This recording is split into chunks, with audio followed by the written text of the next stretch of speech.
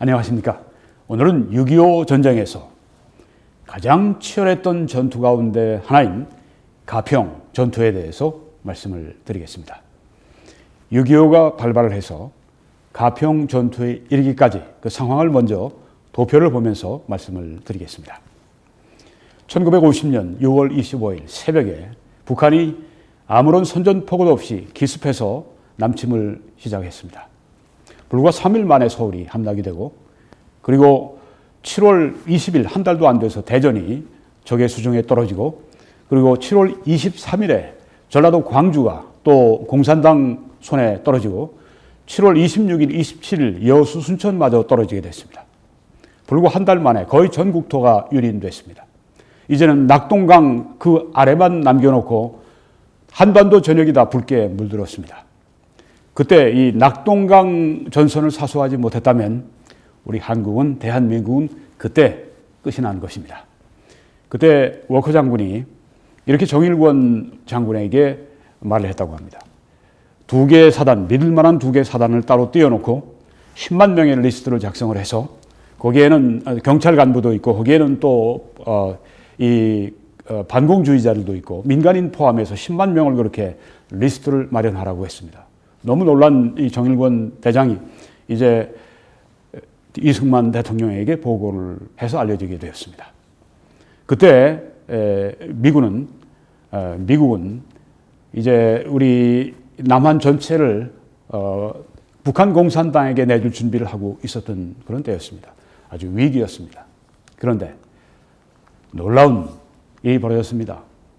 명장 메가더 장군을 하나님께서 우리나라에 보내시고, 그래서 인천 상륙작전을 감행했습니다. 9월 15일 날 성공적인 인천 상륙작전으로 말미암아서 이제 북진이 시작이 됐습니다.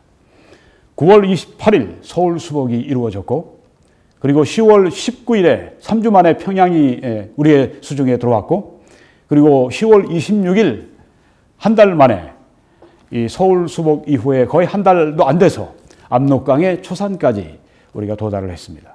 그런데 도달하기 이전에 이미 중공군이 이 북한 땅으로 많이 들어왔습니다.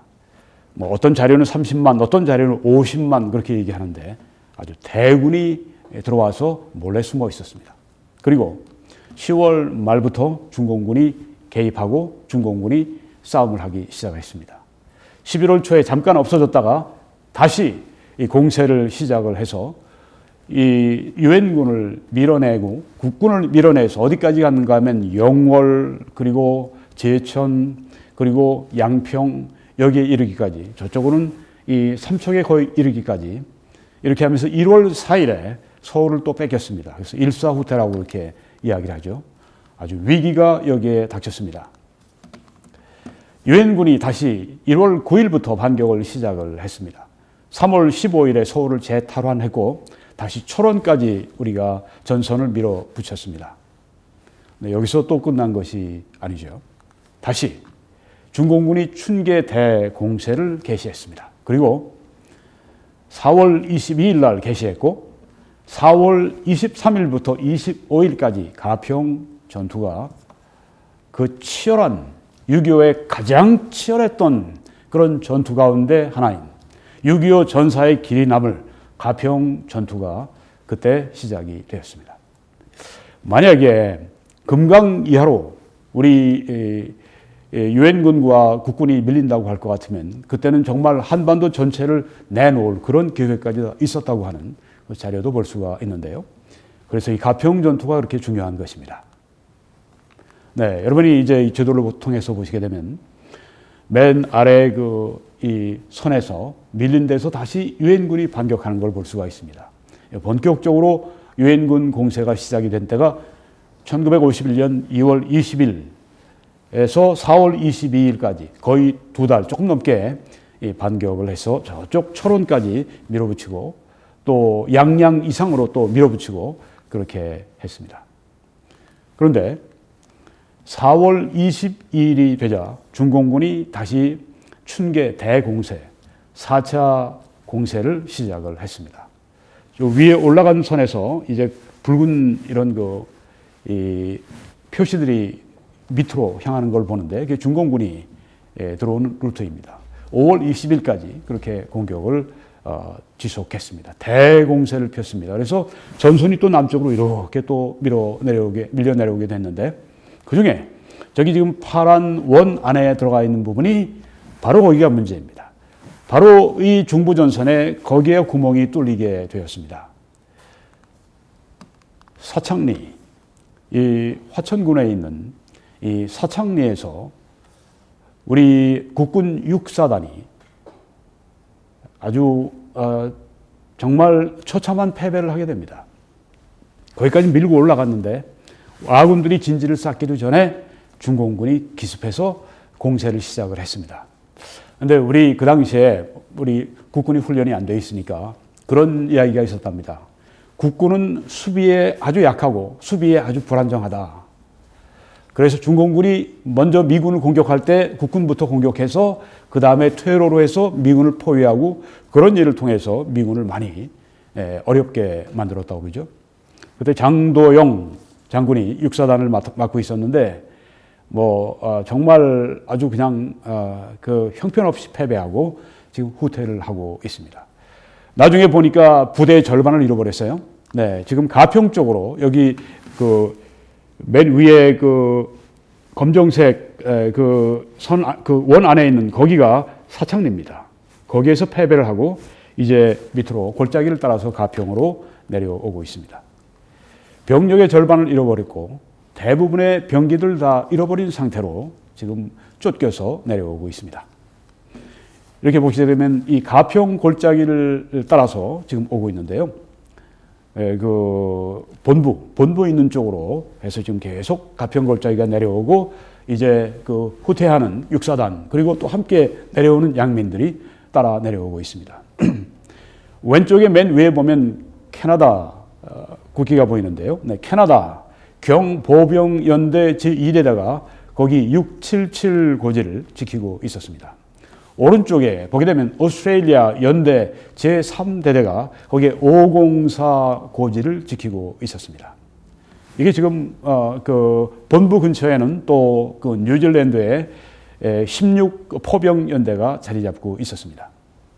이것이 바로 영연방 제27대 보병연대입니다. 물론 이제 영국군도 본부 근처에 또 있었습니다. 영연방 제27 보병연대가 지금 이 밀려 내려오는 우리 이 육사단 쫓겨오는 육사단을 엄호하고 그리고 그 이 내려오는 중공군을 막기 위해서 영연방 제27 보병연대가 아주 급히 여기에 투여가 된 것입니다. 자, 이런 그림으로 여러분이 보시게 되면은 지금 왼쪽에 붉은 이 원 안에는 캐나다 경보병연대 제2대대가 있는 곳입니다. 그리고 오른쪽에는 오스트레일리아 제3대대가 있는 곳입니다. 왼쪽은 677 고지고 오른쪽은 504 고지입니다. 당시에 가평이 전경이 이랬다고 합니다. 저 골짜기를 따라서 지금 이제 이렇게 행렬이 내려오고 있습니다. 저기에 중공군들이 섞여서 오고 그렇게 해서 언제 여기에 지금 있는 호주군인데 언제 발포를 시작할지 모르기 때문에 아주 지금 일촉즉발 아주 긴장된 그런 상태를 가지고 지금 이 기관총을 겨누고 있는 그런 모습을 보여주고 있습니다. 네, 지금 육사단이 후퇴하고 있고 양민들이 후퇴하고 있습니다. 그런데 육사단들이 얼마나 정신없이 그냥 남하를 하든지 원래 육사단이 있던데 정면 공격하기 전에 이 중공군이 퇴로를 먼저 막고 공격을 했기 때문에 육사단이 후퇴하면서 그 중공군을 또 맞닥뜨리니까 이미 적성리 전투에서 포위되면 죽는다고 하는 그런 어떤 두려움이 있었기 때문에 완전히 육사단이 패닉에 빠졌다고 합니다. 그래서 캐나다 여기에 그 우리 아군들이 지키고 있는 그 진지 안으로 그냥 총도 없이 그냥 철모도 없이 그냥 막 진짜 어떤 이 최면을 당한 사람들처럼 그냥 공포에 질려서 그냥 막 뛰어오는 겁니다. 여러분이 Heroes of the Forgotten War라고 하는 그 가평 전투 영화를 여러분이 유튜브에서 꼭 보시기를 바랍니다. 거기에 보면 이게 나오는데 그냥 이 한국 군들이 육사단이 병사들이 그냥 너무너무 아주 두려워서 막 진지로 그냥 막 뛰어들어오는 겁니다. 막 호주군들이 막 이렇게 바라보고 이게 무슨 일인가 이런 모습을 볼 수가 있습니다. 얼마나 아주 지금 이 급한지를 볼 수가 있는 것이죠. 네, 지금 이제 이 오스트레일리아 연대 제3대대 504 고지의 전투가 시작이 되는 그런 시점입니다. 다시 이렇게 이런 지도로 보게 되면은 왼쪽에 캐나다 제2대대가 있고요. 대대는 이 미국의 기준으로 보면 한 300명에서 한 800명 정도가 대대가 됩니다. 그리고 대대들이 모여서 연대를 만드는데 연대는 1000명에서 한 5500명까지 그렇게 됩니다. 이거는 미국의 기준입니다. 네, 그러니까 지금 캐나다 제2대대는 정확한 숫자가 한 700명 정도라고 그렇게 기록이 나옵니다. 오스트레일리아 제3대대는 아마 더 많았을 것입니다. 그리고 지금 여기 밑에 뉴질랜드의 16포병연대가 아주 강력한 이 포병연대가 자리를 잡고 있는데 여기에 지금 무려 10,000명의 중공군이 지금 공격을 하는 것입니다. 이 전체 이 두 대대, 캐나다 또 오스트레일리아 대대를 합해도 2,000이 채 안 될 것입니다. 그런데 10,000명의 중공군이 지금 물밀듯이 쇄도하고 있습니다. 다른 맵으로 좀 보면은, 네, 여기 보시면 왼쪽에 캐나다 진지가 있고 오른쪽에 오스트레일리아 진지 고지가 있습니다. 거기를 지금 이 양쪽으로 들어와서 중공군이 포위하면서 지금 내려오면서 남하를 하면서 저 본부로 이 연대 본부가 있는 곳으로 그리고 또 뉴질랜드의 포병 연대가 있는 곳으로 지금 쇄도하는 것을 볼 수가 있습니다. 이제 그 길을 열어주게 되면 서울로 가는 길입니다. 여기를 막지 못하면 그동안 우리가 뺏었던 3월 15일에 또 탈환했던 이 서울을 또 내주고 또한 여기가 이렇게 뚫리게 되면 전선 전체가 이제 무너져서 또 남하하게 돼서 만약에 그것이 밀려서 금강을 넘어서게 되면 그때 대한민국을 포기한다고 하는 그런 그 모든 계획이 세워져 있는 아주 그런 위급한 그런 때입니다. 4월 23일 오후 드디어 중공군들이 가평 골짜기를 통해서 공격을 하기 시작했습니다.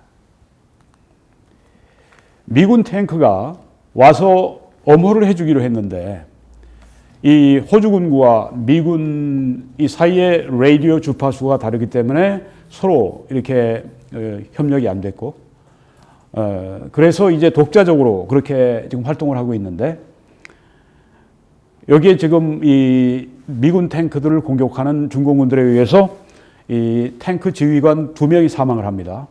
그리고 보병이 따르지 않기 때문에 미군 탱크가 후퇴를 하게 됩니다. 그래서 호주군은 이제 미군 탱크에 엄호 없이 싸우게 되었습니다. 그리고 뉴질랜드의 강력한 제16 포병 연대가 포격을 해주기로 했는데 자리를 옮기고 이렇게 하면서 그날 포격을 할 수가 없었습니다. 하루를 지나야 할 수 있는 상황이었다고 합니다. 그러니까 호주군은 이제 미군 탱크나 뉴질랜드 포병 도움이 전혀 없이 홀로 이 10,000명의 이 성난 이 노도 같은 중공군들을 맞아 싸울 수밖에 없었습니다. 4월 23일 드디어 야간 전투가 개시가 되었습니다. 그런데 얼마나 이 중공군이 수적으로 5배, 10배 이상 되는 그런 수적인 우위에 있죠. 그러니까 인해 전술로 막 덮치는 겁니다. 걔네들은 너무 빨리 내려오느라고 대포도 못 가져오고 그래서 그냥 사람들만 주로 총만 가지고 뛰어내려오는데 몰탈 같은 것만 가지고 왔는데 인해 전술로 지금 파상적으로 공격을 하는 것입니다. 밤새 공격을 하는데 20분에 한 번꼴로 공격을 한답니다. 아주 사람들 기분 나쁘고 불안하게 만들기 위해서 이 나팔을 피리 같은 거를 이 밤에 불어대는데 그게 아주 공포스럽게 만든답니다. 그렇게 하는 동안에 유령처럼 이 중공군들이 산을 포복해서 올라온다고 해요. 소리가 하나도 안 들린답니다. 그러다 갑자기 팍 앞에 한 7m 정도에 갑자기 확 나타나기 시작하니까 얼마나 무섭겠습니까? 뭐 있는 대로 그냥 무기를 잡고 막 발사하고, 네. 그런데 3회, 4회째 이렇게 공격하는 이 중공군들은 무기도 없이 막 그냥 공격을 해오는 그런 걸 또 봤답니다. 이 사람들은 싸움은, 전쟁은 무기로 이기는 것이 아니라 사람이 이긴다, 이렇게 가르친답니다. 그래서 너희들이 만약에 빠른 속도로 저 진지를 넘어서 고지로 올라가게 되면 우린 이긴다, 이렇게 가르치기 때문에 마치 그냥 뭐 대량 어떤 이 자살 공격조 같이 그렇게 달려든다고 합니다. 얼마나 싸우기가 힘들겠어요. 이 중과 부족이 되니까 더 이상 이제 감당이 안 되니까 이 호주 선대대가 새벽 1시에 후퇴를 개시를 했습니다. 설비들 다 태우고 그다음에 5km 후방으로 후퇴를 합니다. 밤새 이제 후퇴를 하는데요. 그 다음날 미군 탱크가 지원하러 온다고 그러니까 그러면 이 4월 24일 낮에 우리가 잃었던 고지, 잃었던 진지를 탈환하겠다고 또 이제 공격을 맹렬하게 하게 됩니다. 네, 미군 기갑부대가 이번에는 지원을 제대로 해 주었습니다. 그리고 뉴질랜드의 포병들이 또 강력한 그런 포 사격을 또 해 주어서 지원을 해 주었습니다. 그래서 이제 다시 뺏겼던 참호로 올라가서 하나하나 참호를 뺐는데 아주 처절한 참호 탈환전이 시작이 됩니다. 육박전을 벌이고 총검전을 벌이고, 그런데 이게 총검전을 벌이고 한 번에 어떤 통계를 보니까 호주군은 3명만 죽었는데 중공군이 81명이 죽었다고 하는 그런 통계가 나옵니다. 참 일방적으로 육박전에서 중공군들이 괴멸이 됐구나 하는 것을 봤는데요. 네. 아주 처절한 이런 이 전투. 그리고 또 전투하다가 40명을 전쟁 포로를 잡았는데 이걸 어떻게 하나. 지휘관이 데리고 다닐 수도 없고 현장에서 사살을 명령했다고 합니다. 이런 일이 아마 아군이나 적군이나 2차 세계대전이나 여기서 있었던 것 같습니다. 참 전쟁이 얼마나 잔혹한 것인가를 보여주는데요. 자, 이렇게 피해를 많이 입었음에도 불구하고 중공군이 다시 재공격을 시작을 하고 치열하게 지금 24시간 거의 싸움을 계속하고 있는 것이죠. 자, 이제 부상병도 생기고 탄약도 떨어지고 물도 떨어지고, 그래서 미군 탱크의 도움을 받아서 음식과 물을 공급받고 탄약을 공급받고 의약용품도 공급받고 그리고 부상병원 후송하고 이런 계획을 세우는데 실패를 하게 됐다고 합니다. 그것이 이루어지지 않기 때문에 결국은 뉴질랜드 포병연대가 포격 엄호를 해주면 그와 함께 후퇴하기로 결정을 내렸습니다. 오후 4시에 뉴질랜드 포병이 강력한 포격을 가할 때부터 이제 후퇴가 시작이 되는 것입니다. 그런데 그때 참 큰 불행이 있었습니다. 여기 여러분이 보시는 이 미 해병대 전투기들인데요. 이 전투기들이 나타나서 누구를 공격을 했는가 하면 오스트레일리아군을 공격을 해버린 것입니다. 오인하고 영어로는 friendly fire라고 하죠. 아군에 의해서 아군들에게 이렇게 그때 네이팜탄을 쏘았는데요. 네이팜탄은 쏘게 되면 이 산소를 확 잡아먹게 되고 숨을 못 쉬게 되죠. 그리고 또 이 화재를 일으키고, 그렇게 해서 여기에서 이 사진에 보는 것처럼 이렇게 오스트레일리아 군들이 미군의 오폭 때문에 불타서 2명이 사망하고 또 다수가 화상을 입었는데 아주 평생 동안 아주 끔찍한 고통을 당하는 그런 화상을 당했다고 합니다. 이게 바로 가평 전투입니다. 넋이 나간 지휘관이 그냥 서 있는데 앞에 누가 나타났습니다. 이렇게 불에 막 타고 온 몸에 다 그냥 불이 타고 그 앞에 나타났는데 여기에 이 팔에서 이 피부가 하나도 없고 뼈만 있고 그 위에 그냥 이 피부가 막 흘러내리는. 그러고 와서 당신들이 어떻게 했길래 이 모양이 됐냐고 그렇게 원망을 하는 그 사병, 그 이야기를 지휘관이 아주 고통 속에 이야기하는 것을 보았습니다. 이런 희생이 있었습니다. 이 가평 전투에 참전했던 미 해병, 수송기를 개조해서 이제 쏠 수도 있고 공격용으로 또 이렇게 바꾼 AC-119, 그때 사용되었던 비행기입니다. 오후 4시에 5km 후방으로 후퇴를 개시를 했습니다. 미군 탱크가 그리고 뉴질랜드군 대포가 엄호를 하기 시작했습니다. 그래서 성공적으로 이제 후퇴를 했는데, 왼쪽에 당시에 그 미군 셔먼 탱크, 오른쪽에 또 이 뉴질랜드군이 아주 이 화력이 대단했다고 그래요. 큰 역할을 했다고 합니다.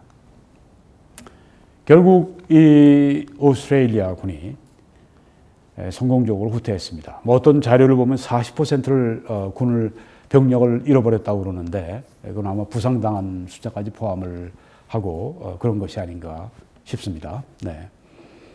천신만고 끝에 오스트레일리아 군이 후퇴를 했습니다. 이제 남은 고지는 677 고지밖에 남지 않았습니다. 이제는 여기 캐나다군이 최후의 보루가 되었습니다. 서울로 들어오는 경춘가도죠. 거기를 이제 통과하는 물밀듯이 쇄도하는 이 중공군을 막아낼 수 있는 그런 유일한 부대는 이 캐나다군, 이들이 최후의 보루가 된 것입니다. 그래서 이제 캐나다 경보병연대 제2대대가 위치해 있는 왼쪽에 빨간 그 동그라미 안에 있는 677 고지의 전투가 시작이 되는 것입니다. 여기 6.25 전쟁 중에 캐나다군이 그 사용하던 추락 등등 이런 것을 볼 수가 있습니다. 자, 이제 밤이 됩니다. 지휘관이 이렇게 얘기를 했습니다. 우리는 이 고지를 사수한다. 우리는 결코 철수하지 않는다.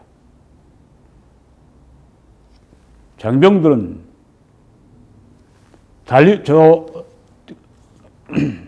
쇄도하는 적들을 물리치든지 아니면은 패배해서 여기서 묻히든지 둘 중 하나다.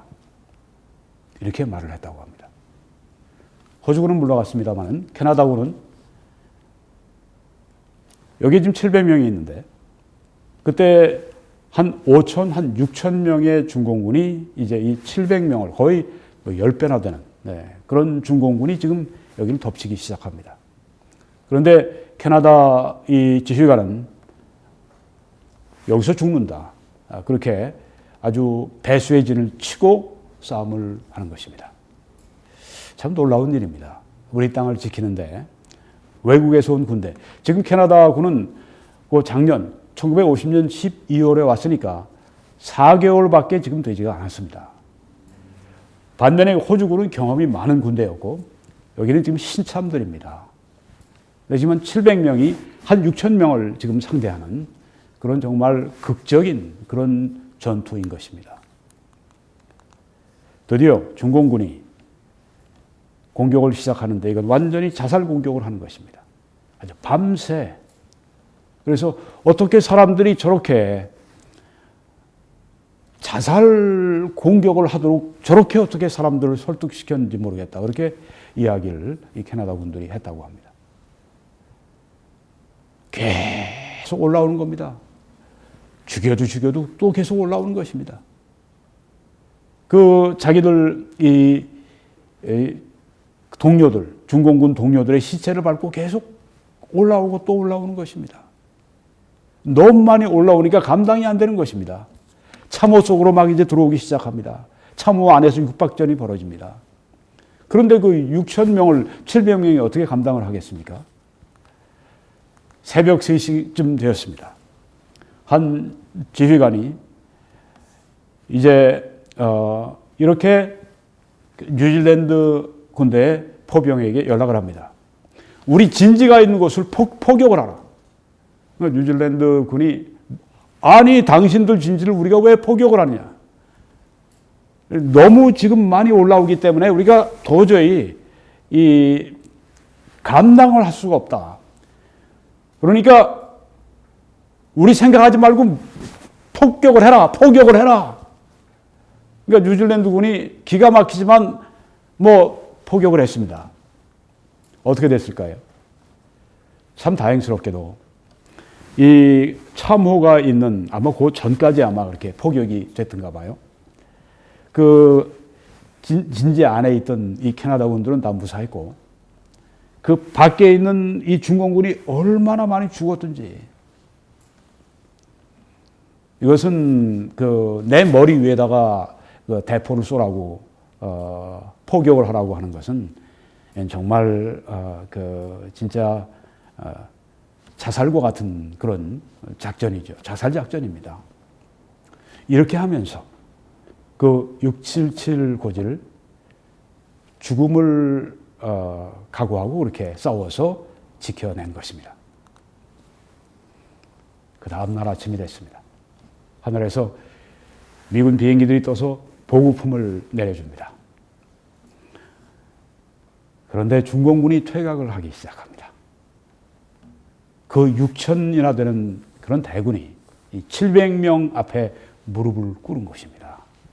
아주 목숨을 걸고 생각해 보십시오. 내 위로 대포도 17kg, 25파운드 되는 그런 아주 그냥 강력한 폭발력이 있는 그런 이 대포알들이 내 위로 떨어지라고 얘기할 만큼 그렇게 이 캐나다 군인들이 용감하게 한국을 지키고 이 고지를 지키기 위해서 그렇게 생명을 내놓고 싸웠던 것입니다. 이걸 우리가 알고 있습니까? 자, 결국 이제 이 미군 제1기갑부대가 들어가서 이들을 데리고 이제 나오게 됩니다. 여기에 그 참전했던 용사가 있습니다. 이 치열한 677 고지에 참전했던 크라이슬러라고 하는 이름을 가진 지금은 87세이신데 이 작년 9월 7일이니까 뭐 한 4개월 되나요? 네. 캐나다 한국일보에 난 그 기사를 제가 인용을 합니다. 때를 지어오르는 적들을 향해 우리는 쉬지 않고 방아쇠를 당겼다. 그러나 적들도 포기하지 않고 계속해서 몰려왔다. 그들은 죽어 넘어지는 전우들의 시체를 밟으면서 산둥성을 기어 올랐다. 우리는 그들을 향해 기관총 등 무기를 닥치는 대로 잡고 쐈다. 펄펄 날던 우리 전우들이 적의 총탄을 맞고 이름 모를 산골에 쓰러지는 광경을 보면서 허무한 생각도 들었다. 그렇지만 그런 센티멘털한 생각에 오래 머물 수는 없었다. 그만큼 중공군의 공격은 집요했다. 두려움 같은 걸 느낄 틈조차 없었다. 그래서 탄창을 잽싸게 끼며 죽을 둥 살둥 사격을 계속했을 뿐이었다. 이게 바로 지옥 같은 그 677 고지의 그 밤, 지옥 같은 밤을 보낸 사람의 이야기입니다. 우리는 상부의 명령 때문이 아니라 한국을 위해 싸우려고 자원 입대한 사람이다. 따라서 캐나다 군인답게 명령에 복종하면서 최후까지 싸우려는 생각밖에는 없었다. 참 대단합니다. 캐나다 군인들 대단합니다. 네. 호주 군인들도 후퇴했는데 이들은 아주 그냥 그 최후까지 버티고 싸웠습니다. 캐나다 군인들의 용맹은 참 1, 2차 세계대전 때도 알려져 있었죠. 적의 공격이 시작되기 직전에 우리 중대장이 부대원들에게 엄숙하게 말했다. 우리에게 후퇴는 없다. 여기서 싸우다 죽을 뿐이다. 정말 용장 밑에 아주 용맹한 병사들이 있네요. 네, 대단합니다. 이 중대장이 여기서 죽지 않고 캐나다로 와서 몇 년 전에 고향에서 사망을 했다고 합니다. 참 우리 한국 사람들에게 너무너무 귀한 분들입니다. 네, 이제 이 3일간의 정말 지옥 같은 이 가평 전투를 끝낼 때 전사자 숫자가 오스트레일리아 군에는 32명이고 캐나다 군은 10명이 죽었고 한 30여 명이 부상을 당했습니다. 그리고 뉴질랜드 포병연대는 한 사람이 죽었습니다. 그렇지만 중공군은 1000명에서 4000명 혹은 2000명에서 4000명 네, 그렇게 이 추정을 하고 있습니다. 이건 몇십 대 거의 50대 100대 1 정도로 그렇게 이겼다고 하는 대승을 여기에서 한 것을 우리가 볼 수가 있습니다.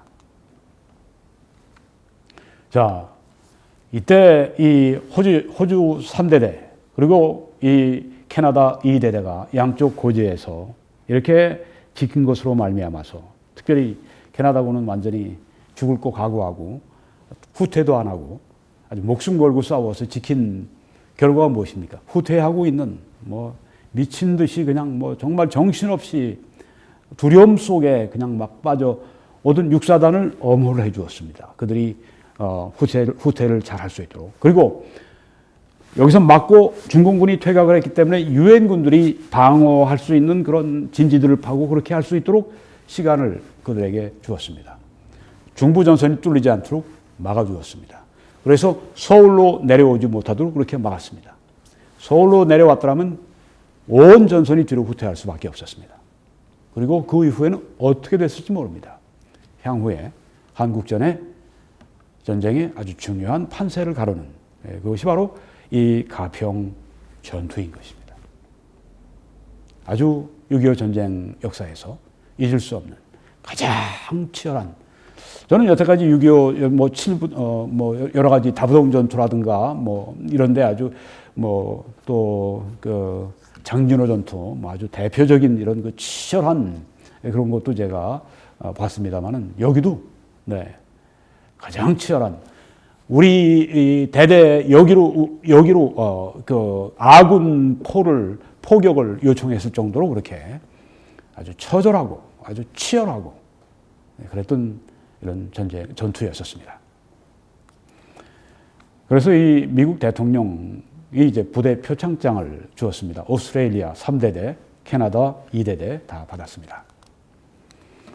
여기 지금 밴 플릿 대장, 맨 왼쪽에 있는 사람이 밴 플릿 대장입니다. 유엔군 사령관. 여기 지금 이 가평 전투를 마치고 아주 만족스러운 얼굴을 하고 또 자랑스러운 얼굴을 하고 여기에 지금 시찰하는 것을 보여주고 있습니다. 우리 한국에서는 가평에 1983년에 캐나다 전투 기념비를 세워서 군인들의 이 용맹, 헌신, 희생에 대해서 기리고 있습니다. 제가 한 번도 못 가봐서 좀 부끄럽다는 생각이 들었는데요.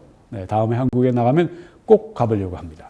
가평읍에서 북쪽으로 조금 더 올라가면 이게 지도상 보이더라고요. 그래서 이 캐나다 전투 기념비 왼쪽에 가평 전투 기념 석도 거기에 이제 서 있는 것을 우리가 볼 수가 있습니다. 캐나다는 6.25 전쟁 때 27,000명을 파병했습니다. 그리고 그 외에 캐나다 전체 군대 반을 파병한 거랍니다. 그리고 전사가 516명, 5.16 혁명 기억하면 쉽겠습니다. 그리고 부상이 1255명. 우리나라 자유를 지키기 위해서 이렇게 피를 흘리고 이렇게 고통을 당하고 고생을 하는 것입니다. 윈스턴 처칠은 영국 수상은 이렇게 한번 말했습니다. 내게 캐나다 병사와 미국의 기술력과 영국의 장교들이 주어졌다면 나는 세상을 지배할 수 있었을 것이다. 캐나다 병사의 용맹을 싸우는 또 기술 아주 높이 친 것을 볼 수가 있네요. 6.25 전사의 길이 남을 가평 전투. 우리 꼭 기억하십시다. 여러분, 이 가평 전투를 기념하는 이 행사가 이 서부에 이번 해 1월 달에 있게 됩니다. 가평군에서 이 캐나다에 특별히 이 지역에 서부 지역에 가평석을 보내게 됩니다. 이것을 밴쿠버에서 남동쪽으로 한 1시간 떨어져 있는 곳에 있는 랭리시에서 이것을 봤습니다. 그리고 저기 여러분이 보시는 그 수목원인데요. 거기에 이제 이 가평 전투 기념비 또 그런 공원을 조성을 한다고 합니다. 그래서 가평석 제막식을 이번에 가평 군수 일행이 또 오게 되고, 그래서 오는 1월 22일 화요일 오후 3시에 가지게 됩니다. 이곳에 애국자 여러분, 또 시애틀 같은 데서도 한번 오실 수도 있죠. 네, 여기에 이 제막식에 참석하시도록 제가 권고해 드립니다. 그리고 이 장소는 21200 Fraser H. Way, 랭리, 디렉 더블데이 아보레텀 수목원입니다. 여기서 가지게 됩니다. 그뿐 아니라 동포들과 이제 만찬을 가지게 됩니다. 얀스 가든 중국집에서 1월 23일 오후 5시에 가지게 됩니다. 여러분 여기에 참석하실 수 있습니다. 근데 숫자가 제한되어 있으니까 빨리 오셔야 되겠죠. 9048 로히드 하이웨이 버나비에 위치해 있습니다. 오늘 저는 이 방송을 대한민국을 위해서 희생하신, 대한민국을 공산당의 마수에서 건져내신 유엔군 장병 여러분들의 노고를 기리며 이 방송을 헌정합니다. 유엔군 장병 여러분, 참으로 감사합니다. 우리 한국인들은 당신들을 결코 잊지 않을 것입니다. 여러분, 이처럼 많은 사람들의 피가 흘려지면서 이 대한민국의 자유를 지켰습니다. 우린 지금 아주 위기에 놓여 있습니다. 우리가 생명을 바쳐서 우리 대한민국 조국을 지켜야 하지 않겠습니까? 하나님께서, 은혜로우신 하나님께서 이 나라를, 자유 대한민국을 지켜주시기를 간절히 기도합니다. 여러분, 감사합니다.